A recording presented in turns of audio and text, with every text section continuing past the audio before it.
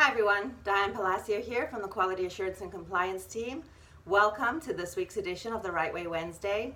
So today we're starting off on a new series that will feature in this slot on the Right Way Wednesday for the next several weeks.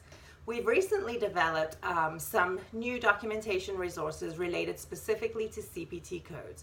So we've taken some of the most commonly used CPT codes and actually created a document, a resource, a tool that can be easily referenced that talks specifically about that CPT code, what makes it skilled, how to document to ensure that our skills are captured in the documentation in order to support the billing of that code. So today in this series is the first code we're going to address, which is 97112, and that is of course neuromuscular re-education. So the definition of neuromuscular re-education is the re-education of movement, balance, coordination, kinesthetic sense, posture, and or proprioception for sitting and or standing activities. So that's a pretty broad definition and certainly speaks to the very broadness of neuromuscular deficits. It's a big umbrella that covers, balance, coordination, muscle tone, posture, a really broad section of potential deficits and impairments that our patients can present with. It also, refers to the loss of deep tendon reflexes, certain types of muscle weakness or flaccidity, postural abnormalities, I think we already mentioned. So it definitely covers a very broad spectrum of deficits. What we see in our documentation is that there's a tendency to become rote and repetitive. We deal with balance, we document that we're doing balance retraining, but beyond that, we're not going into a lot of specific detail as to what impacts the balance, what grading is needed in order to improve the balance. So certainly, this tool is going to help with some of that. So how do we improve our documentation related to neuromuscular re-education? Well, I think the foundation of any documentation, of any code that we build, and any treatment strategies that we provide to our residents, of course, starts at the evaluation. So we need to be sure that a thorough assessment of these deficits is well documented in the evaluation, preferably using standardized tests where available, where possible, to really outline and define the deficits that particular individual patient presents with. Once we have a thorough evaluation and a thorough baseline of how they're functioning as it relates to their neuromuscular systems, we can then develop a treatment plan that appropriately addresses those deficits. So lots of techniques exist, as you know, for neuromuscular re-education. Of course, there's PNF, there's BOBATH, these desensitization techniques, lots of different ways to address the various issues that present as neuromuscular deficits.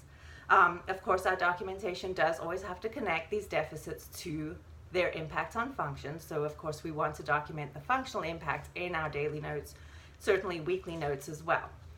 So this tool, and I'll give you a quick glance at it, it's a 4-page long document, neuromuscular re-education at the top. And this certainly addresses the definition of neuromuscular re-education.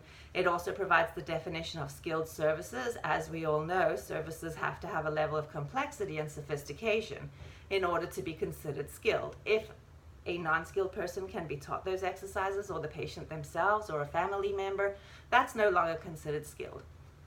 The second page in this tool I think is most helpful is this rather large table. All of that is just verbiage that we would expect to see in the documentation when treating patients for neuromuscular re-education. So it includes a long list, but things like facilitation, writing reactions, rigidity, ataxia, midline crossing, all of the types of terminology we would expect to see when we are implementing neuromuscular re-education techniques. So this helps us to become a little bit more honed in as to the specific techniques that we are applying to a resident and their specific condition. The last 2 pages actually give us documentation examples. So we've taken some examples that we found in the documentation as we've been preparing appeals and so on. And we've actually provided an inadequate documentation column that shows the documentation that we've located through appeals.